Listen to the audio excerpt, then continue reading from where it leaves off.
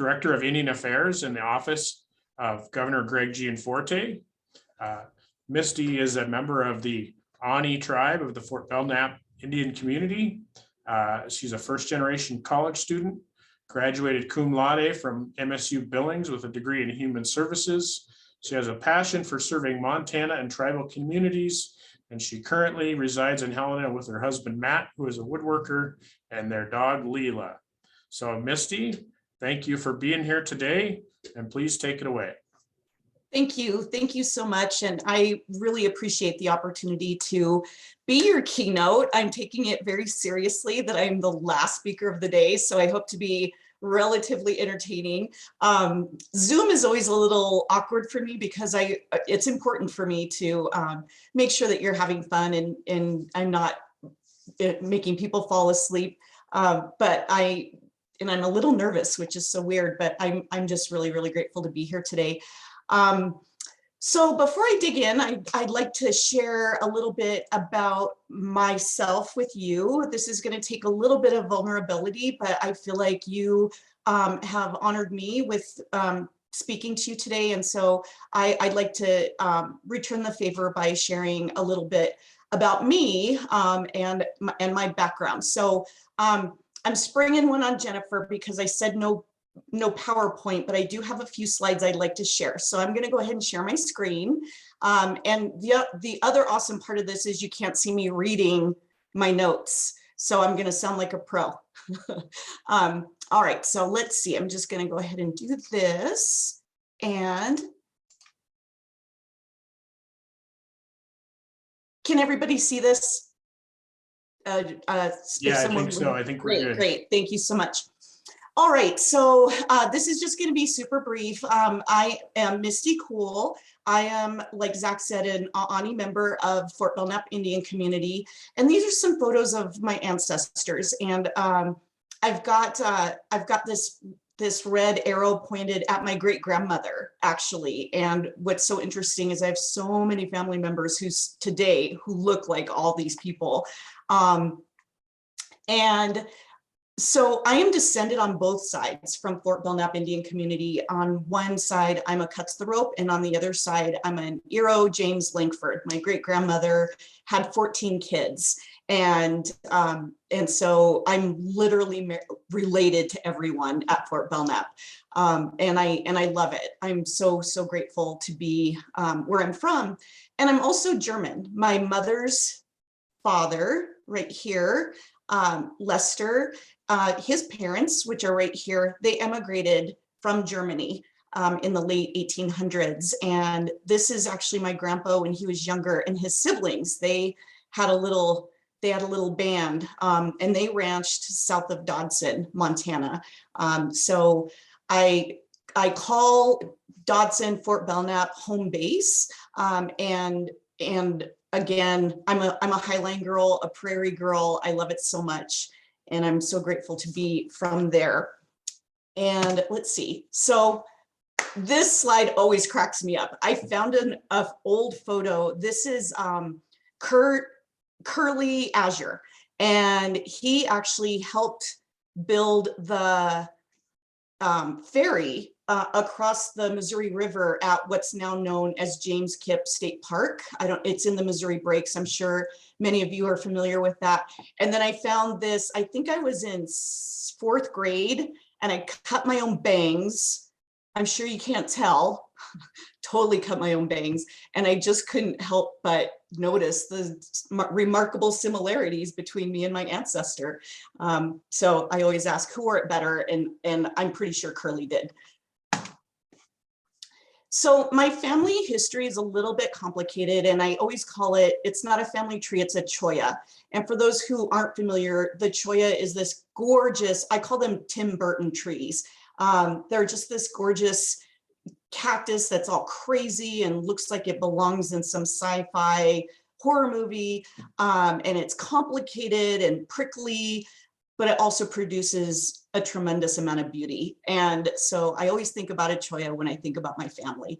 And so this is a little bit of my family tree. I've got several siblings, and I'm grateful for every single one. I primarily grew up with my mom, who is raised my sister and Sammy and I together as a single mother. So so that's a little bit of my family vector. That was a very interesting exercise, by the way, and I'm really glad that I did it.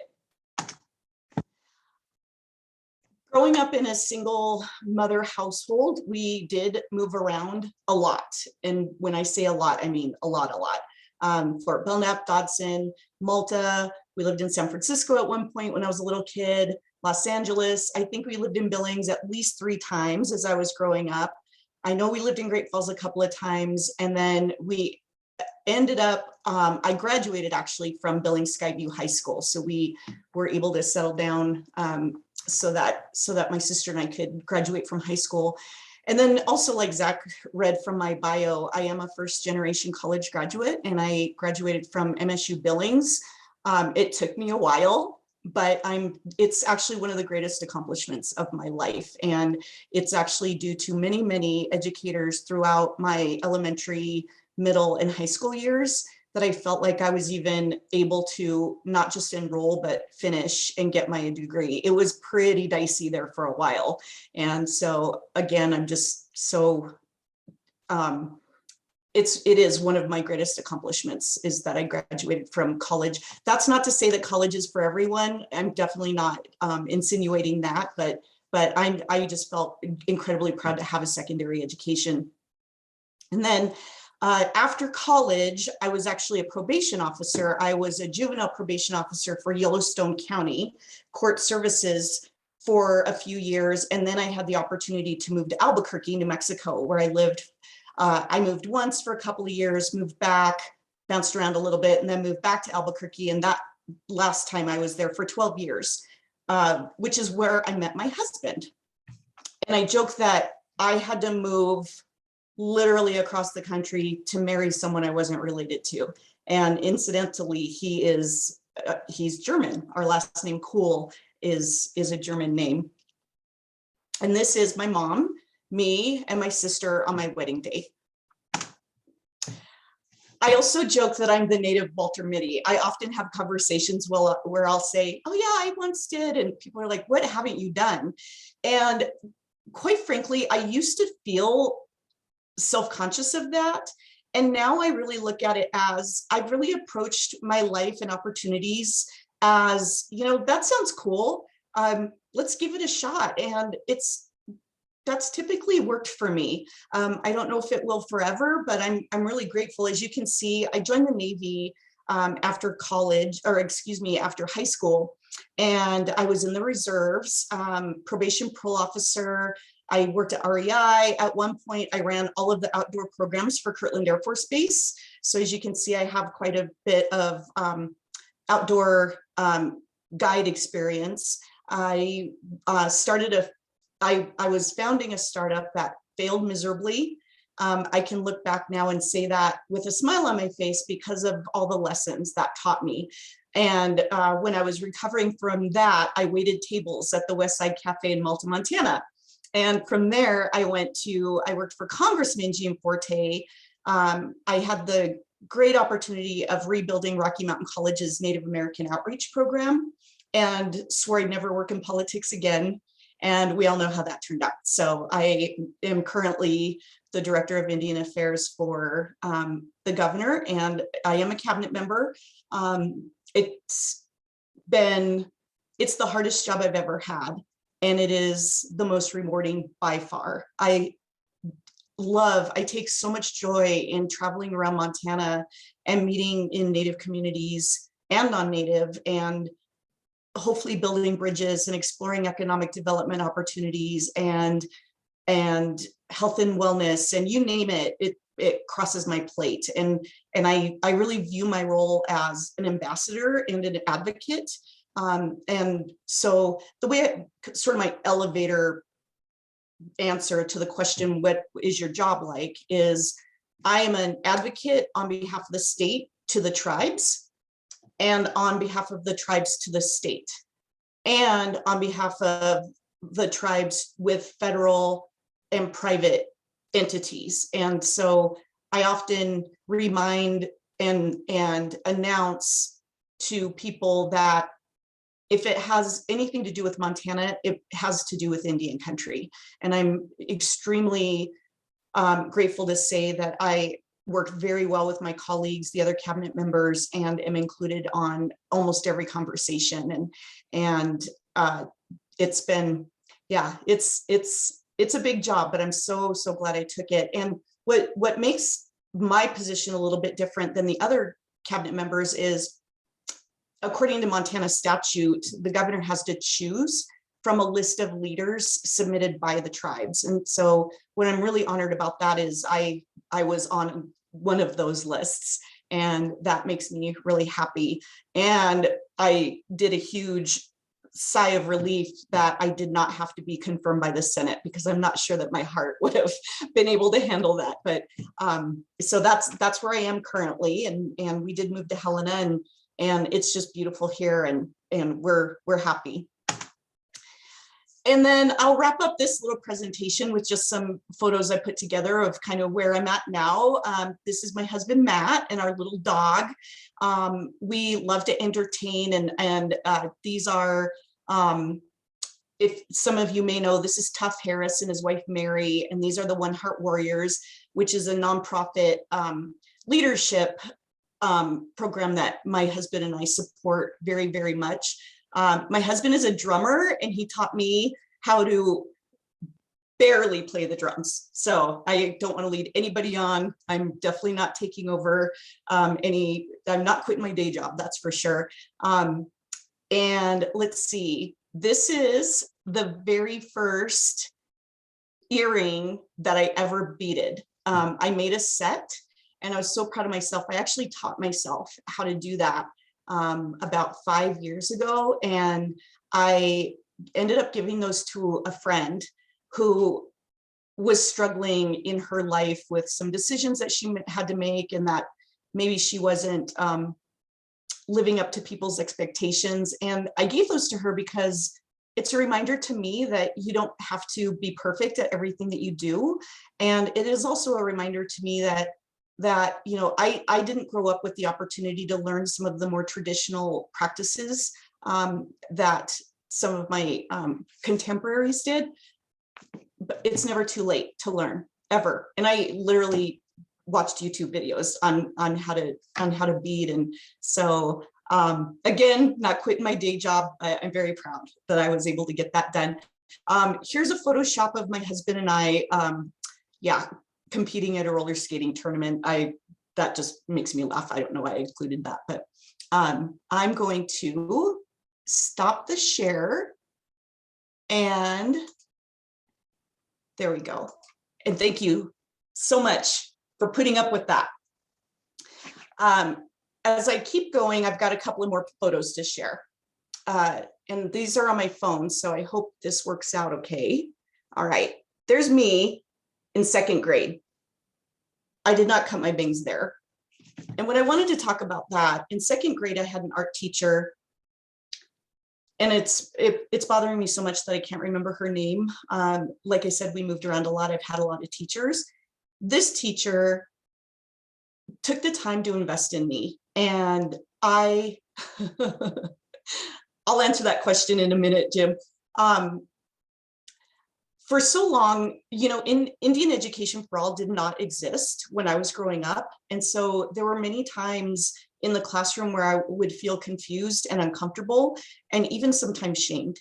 And I've had a handful of teachers throughout my life that saw me, that we were seen. And so in second grade, my art teacher, I would stay after class and just help her clean, and she would talk to me and ask questions. And when I look back, she, through her instruction, through seeing me, even if it wasn't literally, she took me to museums. She introduced me to Rembrandt and Van Gogh and Whistler and Pollock, and was a huge fan of my great uncle's work, Clarence Cuts-the-Rope.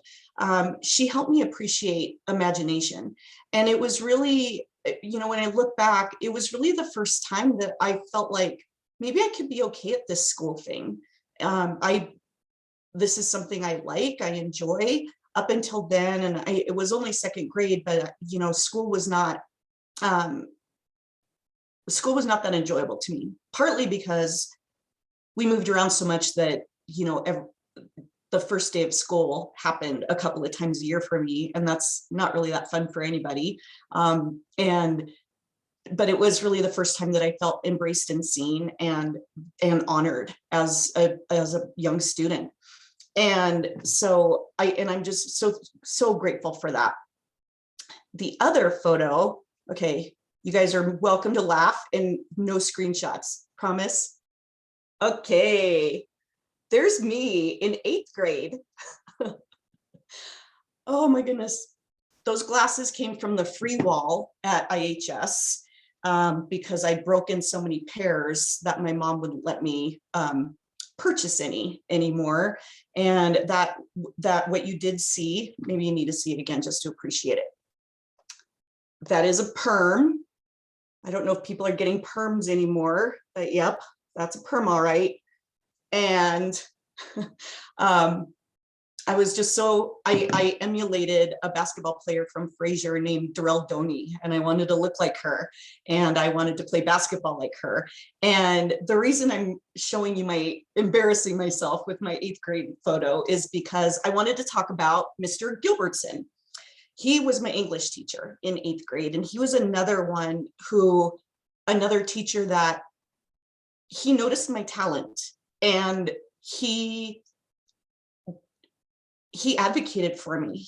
I'll never forget one day in a parent-teacher conference, he told my mom, I hope you appreciate how talented Misty is. And I feel like he had my back, and he, you know, laughed at the things that we said. He delighted in us.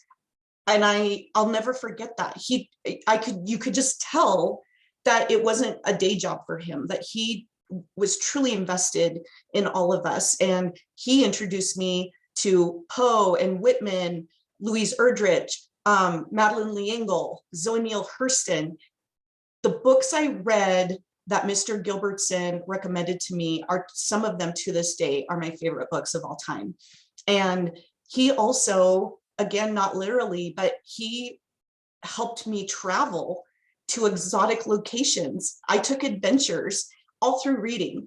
And I'll never forget Mr. Gilbertson, who, by the way, ended up marrying my general studies teacher. No, I'm sorry, she was my 5th grade teacher, Miss Black. And Deb Black, I think, is still the superintendent at Skyview.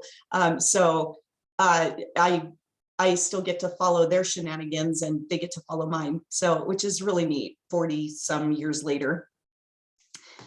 Okay, I don't have a photo to embarrass myself with, but I wanted to talk about 10th grade and Mr. Lingham. This was at Skyview High School, and he was my biology teacher. And having him as a teacher helped change my life. He was another teacher who saw me, who encouraged me. He helped me and all of the students feel like we could do anything, that anybody could do science, and believed in us and opened doors to the universe. And he was such an important teacher and mentor to me that I would take any opportunity to do my prep period so I could help score papers and just hang on his every word. And he really is the one that encouraged me to, oh, I love that, Carrie.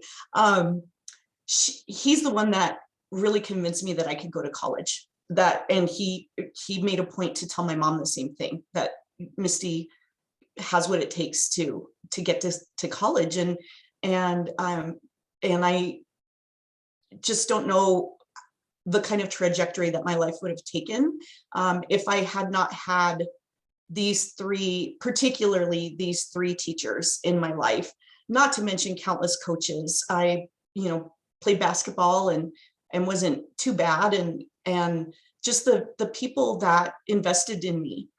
And I'm going to again, be a little vulnerable for a minute and say, you know, there were a lot of times growing up, life was not easy by any stretch of the imagination, and we didn't have enough of anything.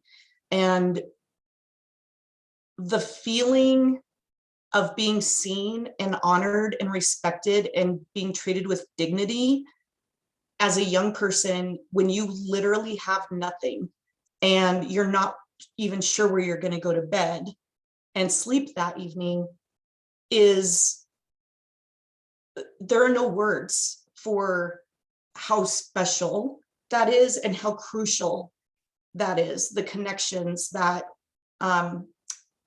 grown-ups and teachers and educators and leaders make with young people. And, you know, I showed you those photos, and I definitely look like a healthy, happy kid, but that doesn't tell the whole story. And I'm so grateful for you all in your tireless effort to see your students and to treat them with dignity and to incorporate Indian education for all in your classrooms. Indian education for all, in my opinion, and I'm not an educator, is it's not just about teaching a honest Native American curriculum. It's also about teaching Native Americans. And I'm not really, like I said before, I'm not really sure how my life would have turned out if I hadn't had these really strong, compassionate leaders in my life that really looked into me as a whole person. And I appreciate that so much. I appreciated it then, and I appreciate it now. And I'm so, so grateful for you all who are also doing that. So I'm going to share hopefully one last photo with you, I promise. Let me find it here really quick. All right. This is my current headshot. I know, don't be jealous. I'm very proud of that, by the way. I showed you that photo because I never thought in a million years, if you'd asked that little girl who cut her own bangs, that I would ever have a job where I needed a headshot, or I had the opportunity to speak to, I see there are 56 participants. There were 82 a half an hour ago, so I don't know how to feel about that. But if I could go back and hold that little girl's hand and tell her about all the amazing opportunities that she would have in her life, I wish I could do that. And also, I wish that I could, 81. Okay, thanks, Zach. I wish I could go back and tell those teachers what they meant to me. And I think they know. I've had a couple of opportunities, but I do think they know. And I guarantee that you all have students that wish that they could come back and tell you the same thing. And so on behalf of those broken, lonely, amazing kids, I want to thank you for the influence and leadership and compassion and love that you have had for your students. I appreciate that so much. And it's because of you that we're building another generation of leaders. You play such a powerful role in the lives of your students. You are adventurers and guides, counselors, peacekeepers, your storytellers, your leaders, and I honor you. And I'm doing so good, 5 minutes left. So with my last few minutes, I'd like to say that I'd like to thank OPI. I want to thank Indian Education for All, the Tribal Relations and Resiliency Unit, and American Indian Student Achievement for your innovative, inclusive, passionate work. And you guys all know that I would do anything for you. I would like to especially thank Mike for the song and always his sense of humor, especially Jennifer for wrangling us kitty cats. And I want to thank you all. You are classroom warriors, and I hope you never forget that.